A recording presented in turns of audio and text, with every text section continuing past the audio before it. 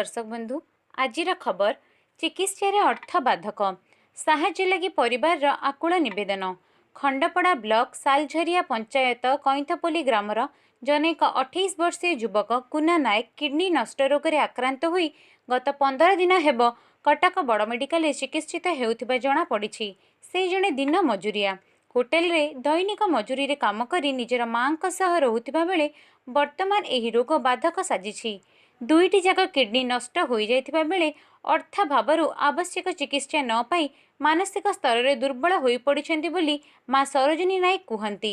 घोर दारिद्र्यता भूमिहीन होइथिबारु पुअर चिकित्सा लगी 50,000 टंकारु ऊर्ध्व टंका धार करिथिबा बेले वर्तमान परिस्थिति रे व्यक्ति विशेष सामाजिक अनुष्ठान आर्थिक साहाय्य करबाकू पीड़ितांकर मां आकुल निवेदन करिसेंती।